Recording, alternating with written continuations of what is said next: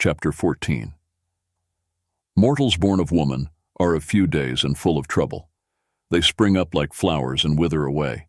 Like fleeting shadows, they do not endure. Do you fix your eye on them? Will you bring them before you for judgment? Who can bring what is pure from the impure? No one. A person's days are determined. You have decreed the number of his months and have set limits he cannot exceed. So look away from him and let him alone, till he has put in his time like a hired laborer. At least there is hope for a tree. If it is cut down, it will sprout again, and its new shoots will not fail. Its roots may grow old in the ground and its stump die in the soil, yet at the scent of water it will bud and put forth shoots like a plant. But a man dies and is laid low. He breathes his last and is no more. As the water of a lake dries up, or a riverbed becomes parched and dry, so he lies down and does not rise. Till the heavens are no more, people will not awake or be roused from their sleep. If only you would hide me in the grave and conceal me till your anger has passed. If only you would set me a time and then remember me. If someone dies, will they live again? All the days of my hard service I will wait for my renewal to come. You will call and I will answer you. You will long for the creature your hands have made. Surely then you will count my steps, but not keep track of my sin. My offenses will be sealed up in a bag, you will cover over my sin. But as a mountain erodes and crumbles, and as a rock is moved from its place, as water wears away stones and torrents wash away the soil, so you destroy a person's hope. You overpower them once for all and they are gone. You change their countenance and send them away. If their children are honored, they do not know it. If their offspring are brought low, they do not see it. They feel but the pain of their own bodies and mourn only for themselves. Chapter 15. Then Eliphaz the Temanite replied, Would a wise person answer with empty notions, or fill their belly with the hot east wind? Would they argue with useless words, with speeches that have no value? But you even undermine piety and hinder devotion to God. Your sin prompts your mouth. You adopt the tongue of the crafty. Your own mouth condemns you, not mine. Your own lips testify against you. Are you the first man ever born? Were you brought forth before the hills? Do you listen in on God's counsel? Do you have a monopoly on wisdom? What do you know that we do not know?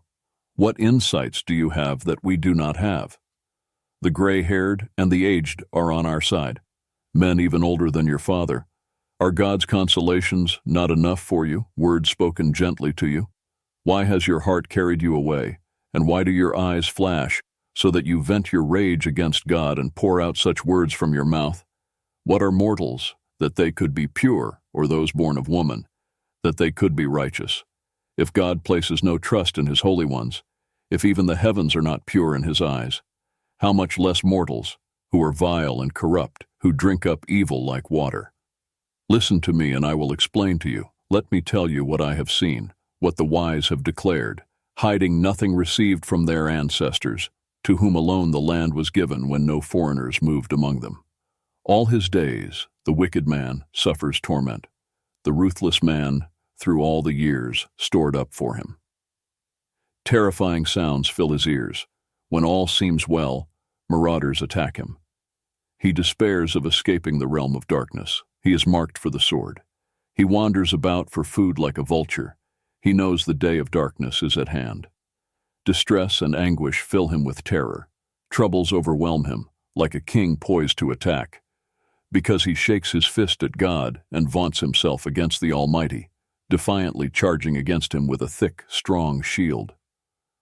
Though his face is covered with fat and his waist bulges with flesh, he will inhabit ruined towns and houses where no one lives, houses crumbling to rubble.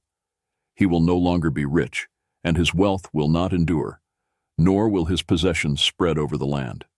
He will not escape the darkness.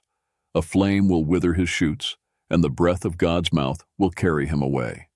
Let him not deceive himself by trusting what is worthless, for he will get nothing in return. Before his time he will wither, and his branches will not flourish. He will be like a vine stripped of its unripe grapes, like an olive tree shedding its blossoms. For the company of the godless will be barren, and fire will consume the tents of those who love bribes. They conceive trouble and give birth to evil. Their womb fashions deceit. My offenses will be sealed up in a bag. You will cover over my sin. But as a mountain erodes and crumbles, and as a rock is moved from its place, as water wears away stones and torrents wash away the soil, so you destroy a person's hope. You overpower them once for all, and they are gone. You change their countenance and send them away. If their children are honored, they do not know it. If their offspring are brought low, they do not see it. They feel but the pain of their own bodies and mourn only for themselves. Chapter 16. Then Job replied, I have heard many things like these. You are miserable comforters, all of you. Will your long-winded speeches never end? What ails you that you keep on arguing? I also could speak like you if you were in my place.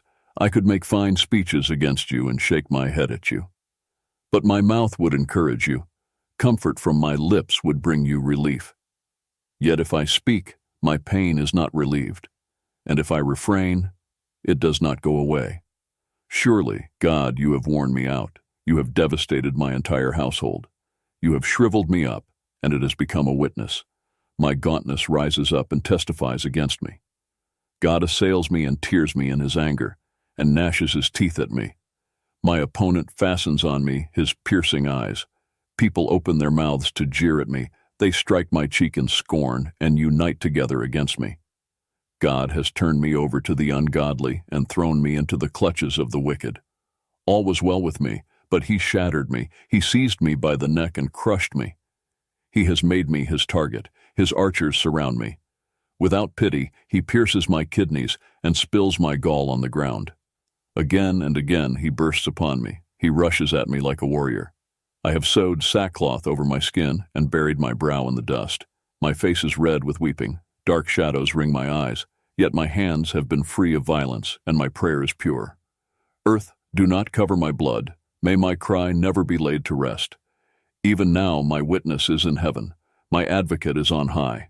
My intercessor is my friend, as my eyes pour out tears to God. On behalf of a man he pleads with God, as one pleads for a friend. Only a few years will pass before I take the path of no return.